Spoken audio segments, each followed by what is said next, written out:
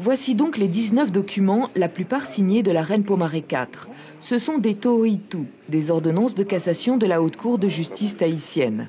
L'histoire commence en 2013. En préparant une exposition, le service des archives découvre ces pièces exceptionnelles en vente sur le site internet d'une galerie parisienne.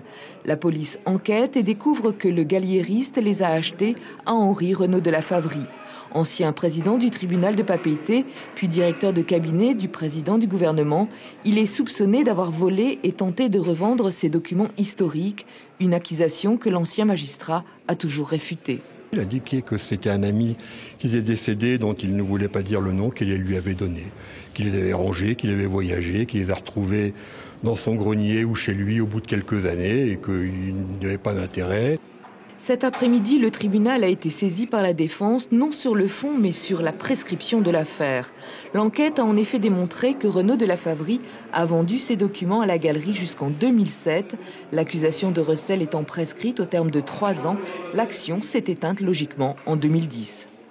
C'est une décision attendue et qui ne m'étonne absolument pas. Le tribunal, comme il doit le faire, a fait du droit.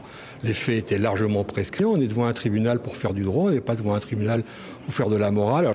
L'affaire éteinte par cette prescription, on ne saura peut-être jamais comment ces documents historiques se sont retrouvés en possession d'un ancien magistrat du tribunal d'instance de Papeete.